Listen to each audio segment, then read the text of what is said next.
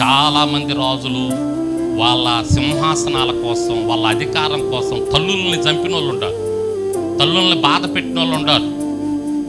కానీ ఇక్కడ సొలొమోను చూస్తున్నాం, బైబిల్లో ఉన్న రాజు సొలొమోను రాజు మాత్రమే తల్లిని అంతగా గౌరవించాడండి. గట్టిగా చప్పట్లు కొడదాం సొలొమోనుకు ఒకసారి. హల్లెలూయా. అది వ్యర్థంగా పోదండి. తల్లికి గౌరవం ఇచ్చినటువంటి వారి ప్రతిఫలం పోదు. దేవుడు తప్పకుండా దానికి తగ్గ ఆశీర్వాదాలు ఇస్తాడు. నీ తల్లి ఎక్కడున్నా, నీ తల్లి ఎలా ఉన్నా, నీ తల్లి ఎంత వృద్ధురాలైనా తల్లిని మాత్రం సన్మానించండి, తల్లిని మాత్రం ప్రేమించండి, తల్లిని మాత్రం గౌరవించండి. తల్లి ప్రేమ చాలా గొప్పది. సొలొమోను రాజు అయ్యాక అతను చేసినటువంటి మొట్టమొదటి తీర్పు కూడా తల్లి ప్రేమ మీదే. దేవునికి స్తోత్రం. తల్లి ప్రేమ మీదే. బిడ్డను తీసుకొని వస్తారు ఇద్దరు తల్లులు. నా బిడ్డ అంటే నా బిడ్డ అంటారు. ఒక తల్లి నా బిడ్డ అంటది, ఇంకో తల్లి నా బిడ్డ అంటది. ఏం చేయాలో అర్థం కాదు.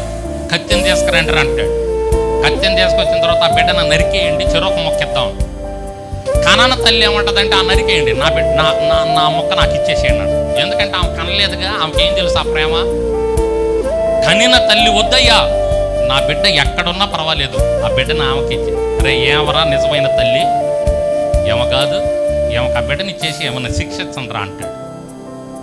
చూడండి అక్కడ ఆ తల్లి ప్రేమన ఆ సొలొమోనుకు తెలుసు కాబట్టి, తల్లిని ప్రేమిస్తున్నాడు కాబట్టి ఆ తీర్పు కూడా ఇవ్వగలిగాడు. దేవునికి స్తోత్రం.